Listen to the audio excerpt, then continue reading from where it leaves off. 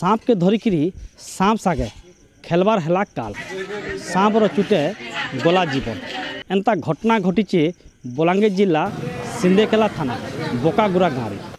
सिंदेकेला साहुपड़ार संतोष चंदा जे कि जेन घर को सांप मैंने ऐसी से सांप के समय धरिकी पाखर जंगल छाड़सन और लोक को साहाଯ୍य करसन इनिकी बोकागुरा गाँव में जन घर के सांप पशिला आ सांप के धरी जाते आ धरला बेले गाँ दांडे से सांप सहित खेल खेलले जेन लगी सांपटा ताकर जीभे गोटे चोट मारी देला और घटना जगार एका गुरुतर अवस्था सिंदेकेला और भवानीपाटना रे भर्ती करथिले जदि कहबे हॉस्पिटल ताकर मृत्यु होता बेले इहादे अंचल रे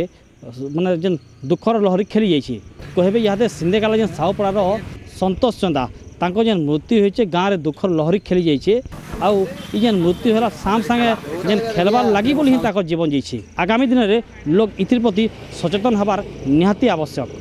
कंटाबांजी सिंदेकेलार अंतिम पाणिक रही OTV फी दिन।